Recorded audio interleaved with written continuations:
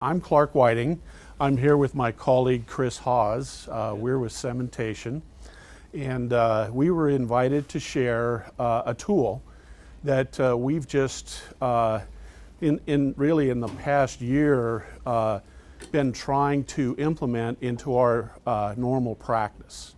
Now, what I want to make sure is that, but before I say that, how many here have had a chance to, before we ate or came in here, had a chance to actually see the VR, the virtual reality system? A few of you. What's difficult about this presentation is it would be like me trying to describe what it's like to ride on a roller coaster if you've never actually ridden on one. I won't do it justice, but the second you get on that roller coaster and you go over that first edge, you'll get it, you'll understand, right? So that's a little bit about what this is. So I encourage you, if you get the chance, to put the headset on and experience it, because then it will become real to you. But what I'm going to describe to you here is not VR as a new technology. Yes, it's exciting. Yes, you're probably familiar with it from maybe your kids and the gaming world. They have all these fantastic games out there now that just immerse the kids in this real situation, and they're just intoxicated by it. That's not what this is about. What we've tried to do is use that technology in what we do, and that's design, build, operate, and maintain mining facilities, both underground as well as above ground, the processing and the material handling and that sort of thing. So a little bit about the evolution of what got us here. We, like many other firms, have been using 3D models to do a better job of conceptualizing facilities, whether those are underground or above ground, and getting them laid out. And a 3D model allows you to tweak things, change it, what if this were here, or what if I did that over there, what if I increased this. And a 3D model allows you to quickly do some adjustments and hone in on hopefully what's a better design than the old days when we used to draft things out on 2D drawings and that sort of thing. But what we discovered was that in the design phase, as much as you'd like a constructor, for example, to look at a 3D image of what it is, you're still not getting their full appreciation of what it is you've put together, what it is you've tried to design. But it's been useful. And then what if the operators and the maintainers of that facility actually got to look at the model? They look at it and they think, well, that's great, I see how it's laid out. But it's different when they can immerse themselves into more of a spatial reality. So that started us on this evolutionary process of migrating 3D models, if you will, into more of that virtual reality space. So we go from, even though it's a 3D model, it's a 2D image of that model. It goes into a spatial recognition. And what you're going to see and what you experience when you put the headset on is that it's dimensionally accurate. So when you bend over to see if you can reach up underneath something, it's really the dimensions. It's really that high. When you try to reach back in with a wrench that is virtual, you can see if that wrench is going to be in there. Or if you're a constructor and you're wanting to rig something up to move a piece of equipment in and out, it will allow you to really see what's around you and the impediments to moving your piece of equipment around to get it installed. So that got us to thinking, let's migrate from the 3D world, 3D model, into this virtual model. So what I'm going to talk about now is a case study that we decided to test our theory on to see. It's great for the designer, but what if we got the constructor and the operator and the maintainer to look at it in reality? What effect would that have? Would safety be enhanced? Would the operability be enhanced, or the maintainability, or the constructability of what we're doing? And so we decided to test that theory, because what this is about, in one word, is prevention, right? We want to prevent having to redo, rework, redesign something in the construction phase because during the design phase we didn't really appreciate it. Or we want to avoid requiring the maintenance group to have to do lots of workarounds in order to get in and maintain something or be able to monitor it effectively, thereby missing opportunities to keep it from shutting down, an unplanned shutdown, or just to make sure that the things they'll need to do to maintain it are provided for them. So the idea is we prevent those mishaps, those missteps, those redos, or just living with something by trying to hit it up front in the design phase, and the virtual reality enables that because it's not just an image, it's a spatial awareness of what's there. So our theory is this case study that I'm going to talk to you about. It's a situation where we looked at it and we said, yeah, from the engineering and design standpoint, we see value in it, but fabrication, construction, operations, and maintenance, yes, it's got to be there. So how do we prove that? So we took this situation, it's an actual case. One of our clients had an old conveyor system that was fairly lengthy, but it was elevated about 80 feet above the ground. And it was required to operate 24/7 in 365 days a year. So it was operating in extreme hot and extreme cold and ice and snow and everything else. And what was happening to that structure over the years is because it was designed in a way that they couldn't get in and maintain it effectively, they couldn't monitor and see what was going on with it, they experienced breakdowns.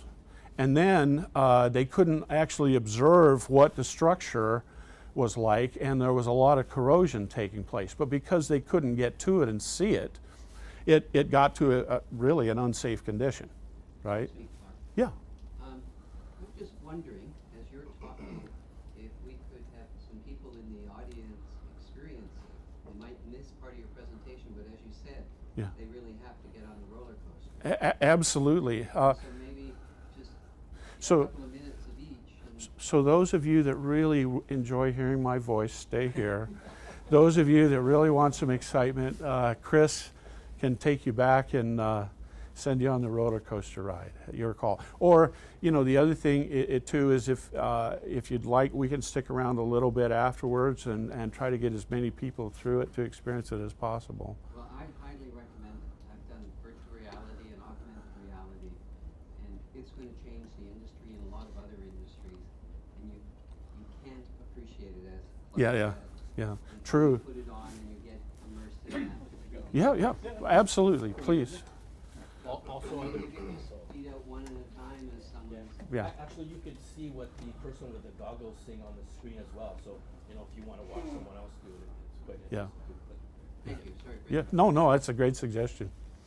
So at any rate, here we had this real situation that you know, we had a theory, but we needed to put it into practice. We needed to actually have a constructor or a construction team look at it. We actually needed to have the owner's operations and maintenance team look at it because it was you know, unsatisfactory with what they were doing. So here's kind of a quick rendering of it. It is a fairly long conveyor. It's about 80 feet off the ground, as I had mentioned.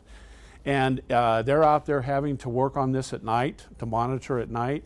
And that might even be in the middle of winter in a driving snowstorm, which quite often happens in this area. So we started off and modeled it up from the engineering and design perspective. And we all know that engineers and designers are absolutely perfect in everything they do. They do not make mistakes, right? No? So take our best shot and we start bringing the folks in. And the first thing that happens when one of the operators from the actual plant where this was at put the headgear on and he's starting to walk along the platform that you see there, he's getting disoriented because down below you see some of the modeled structures. We put them in there because it was something that operator was used to actually seeing in his normal operation. So we gave him a perspective. There's a compressor building down there and some other structures. So it was a realistic orientation for him. So as he was walking along in the dark of night and looking down, he was getting very disoriented, and it became, really a safety concern, because the last thing you want to have somebody experience is you know, a little bit of imbalance and so forth in such a precarious position.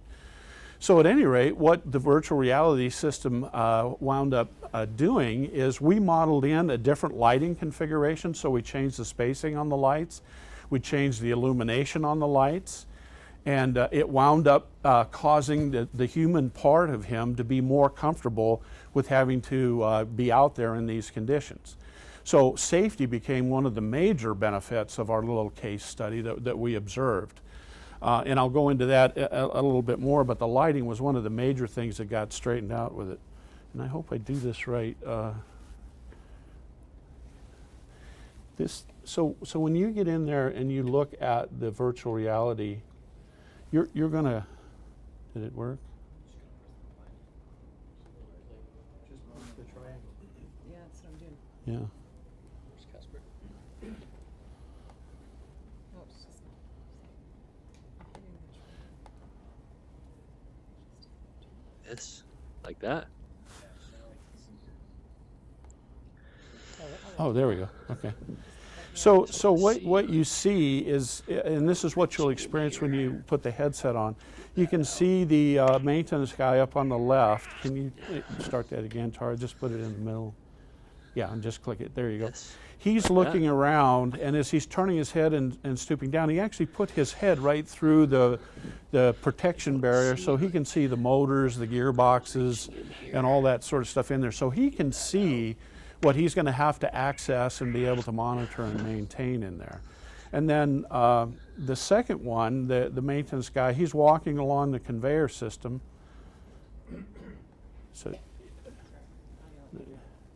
yeah, so just go back up here and launch that one.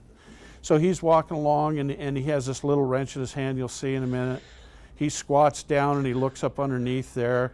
He sticks his arm back in to see how far he can reach to maintain the conveyor components and so forth. So, and this is just a short video, but this is kind of what you're going to experience when you put the headset on. But this is two-dimensional, and it doesn't do it justice. You'll ride the roller coaster when you go in there and see it.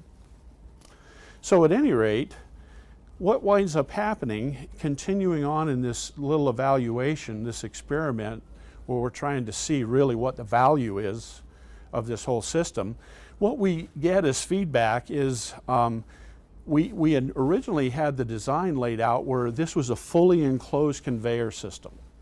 And the operators and the maintainers, as they began to walk through it and look at it in the virtual space, they determined that actually a fully hooded conveyor system was actually impeding their ability to observe and then also to access and maintain things. So what we then did is we removed the full hooding and put in a 3/4 hood, and then let them go back through and see if they could do what they needed to do, squat, look around, get up in, monitor things, measure it, and so forth. And they did. And they said, we want the 3/4 hood. We don't want the more expensive fully hooded conveyor system. So we were able to save a little bit of money by reducing that. And then the other thing that, one of the safety aspects that kind of goes along with the person walking along the walkways at night, was they felt that even though the safety requirement was only to have 3 rungs on those handrails, they felt better about having 4, right? Even though it wasn't required from a safety standpoint, they said, let's do the 4. So we put the 4 in there. Now, that was maybe a little extra cost, but what wound up happening is when they take the grating off, and you can kind of see the grating right here, there are many places where there's moving equipment and you don't want a tool belt to accidentally catch as somebody's walking by, or clothing or a cord or something like that. They have to actually physically remove those. So what wound up happening is we set it up so that they could move those over to the 4-rung bars and fasten them to the 4-rung bars, and they wouldn't slip down and off of the platform with the 4 rungs. So on the one hand, yes, it added a little bit of cost because of the 4th rail, but on the other hand, it enhanced safety. So there was a decent trade-off there. Then the other thing that we found out is that when we originally designed this, there were actually 2 walkways, one on either side. That's typically what you do on some of these conveyor systems because of the need to access it. But when the operators and the maintainers got up there and started reaching through, they said, we can do everything we need to do from one side. The other side is just redundant and it's not adding any value.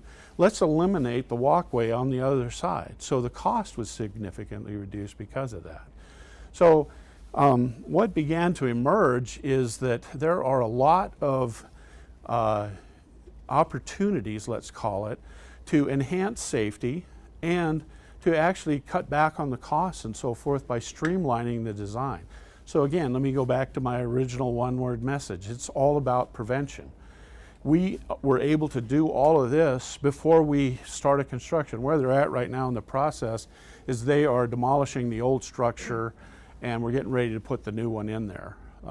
And the other thing that happened after the study is we gave the model, or had the modelers, had the fabricators look at this so that they could see the best place to break the structure apart and put in pick points and stuff for rigging to get it to fly it up into place 80 feet above the ground. So it's been used a lot in the construction execution planning as well. So that had a benefit to it, but we didn't have the opportunity to really measure that at the time we were doing the case study. Is it possible, when you set up an initial model and it's set up as a final model, are there any opportunities to do updates real time of those models as conditions change in your natural environment? You mean after it's been constructed? So you have a model that has been rendered, Mm-hmm. and is it possible in your current setup to do real-time updates? Yeah, it's not real time. Now, keep in mind, we've been doing this for a year, and the technology that we're using to do this, we have an agreement with an individual from the gaming community where all of this VR stuff was pioneered, right? And we're quickly moving towards the real advanced capability that the gaming community already has pioneered, right? But what we've spent the last year doing, and probably just in the last 3 months, we've cut the transition time for taking a 3D model into the virtual reality space from about 65 hours on average. It's now down to like 2 days, right? And we believe, and what we're writing are algorithms to help automate the transition from the 3D model into the VR space, and we're hoping to get even faster and faster at it. But it's new to us. This hasn't been done anywhere in the industry yet, so we're a little bit on the bleeding edge, I guess you might say. But our goal is for the modeling approach to, yes, get it down to almost real time if we can. Now, let me just introduce another thing that I'm going to talk about here in a minute in a little more depth is the other thing that we're doing a proof of concept on along those same lines. There are very sophisticated cameras, again, that have primarily come out of the gaming industry that are able to do like a LiDAR scan that I think most people are familiar with. A LiDAR actually does a geometrically correct scan of, for example, if you wanted to scan this room, you would actually get every, clear dimension for height, width, and depth, and so forth. But what the cameras also do is they marry the texture of what it is it's measuring in with the geometry. So it knows glass, it knows drywall, it knows window shades, so forth and so on. But it does it instantaneously, right? So to get to what you were talking about, there's a way, for example, we've been asked a lot to look at as-built situations, right? There, in fact, one client we have is a smelter. He runs a smelter. And when it was originally designed 20 or 30 years ago, I'm not sure how far back it was, the ductwork that removes the very caustic and heated materials in the area was inadequately designed, but they've just had to live with it, right?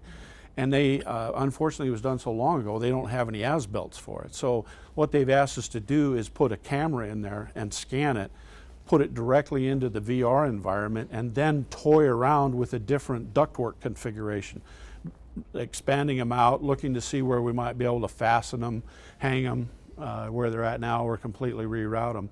So we're embarking upon that realm right now. Heretofore, we haven't had to do that, but the more this is getting out there and understood, and the understanding of the power of it, these creative ideas keep coming back. These individual situations that people are confronted with, these challenges, we keep getting asked, could you do this, could you do that? And it's been driving us that way. And so what you know, we're working on now, again, this is kind of a proof of concept stage, but anyone that's been underground in a mine or anywhere in a mining operation, you know, outdoors as well, knows that miners can be in a very precarious situation. So in our business, one of the main areas that we're very concerned about is, for example, underground in hard rock mining, if they've blasted a stope and they're starting to clear that stope out, you're always susceptible to these slides of the rubble, right, coming back on the operator that's trying to scoop it up and move it out. So that operator of that scoop is in harm's way. So what we've done is we have a little piece of equipment for the proof of concept. We mounted one of these sophisticated cameras on it and put the VR system back remotely so that the operator can actually look around and see the dangers and see what's going on inside that area, right? So he can decide, well, I need to remove more material from the left side because it looks like it's about ready to roll on me, versus over on the right side. And so he's able to do that out of harm's way. Or scaling. When you go in and you've blasted an area, you need to knock the stuff off of the walls and the ceiling that has a potential to fall on you because it's loose, right? So we want to, you know, mount it onto scaling equipment so that the operator can scale without fear of a boulder falling on his head, right? So that's one of the areas that's a little bit like the real-time situation. It is a real-time way to utilize the virtual reality that enhances the safety. The other thing that we've been approached about is one of our clients has an operation over in Mongolia. That's remote. It's extremely difficult to get a SWAT team out there if something happens, a troubleshooting team. So what they want to do is set up a prototype of this camera out there that's real-time that can actually look at, for example, pressure gauges on equipment or temperature gauges or other diagnostic equipment, real-time with a virtual reality camera there. But they have experts all over the world. They have some in Australia, some in the United States, and some in Canada. And what they want to be able to do is link them all together in this virtual environment, right? So that they together as a team can help solve the problem that's going on over in Mongolia and help instruct them on what to do.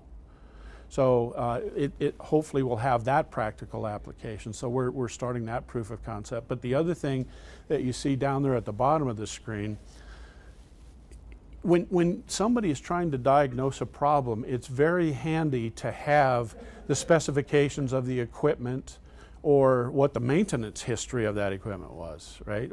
When it broke down, when did it break down last? Why did it break down? So if this team that's out there looking at the problem in Mongolia has immediate access with the virtual headgear on to click on something and say, what's the maintenance history on that? Why did it break down last time? They can bring that up and because it'll be connected to the database real time, they'll have that repository of information right at their fingertips. And so they can diagnose a lot better and come up with better suggestions on how to get it taken care of. So those are just a few of the things. Some others that every time we go someplace, a new idea comes in, and we're putting them on lists, but it's hard for us to attack all of them at one time. A number of times we've been asked about mine rescue teams and getting them set up to view where they're going to have to go, potentially in an emergency, and help and get them used to that in virtual reality. But then the question came up, can you simulate something as they're going in there to startle them, to play with their emotions, have a flash fire go off right when they're down there. Because you think differently when you're just wandering in knowing what your mission is than when something unexpected happens. So they were asking us, can we simulate fires or floods or whatever the case might be, to help better prepare those rescue teams that are going to be going into a situation. So there are a number of different things that, again, we've got just tons of great ideas from folks like yourselves to work on. We're trying to use our resources as best we can, but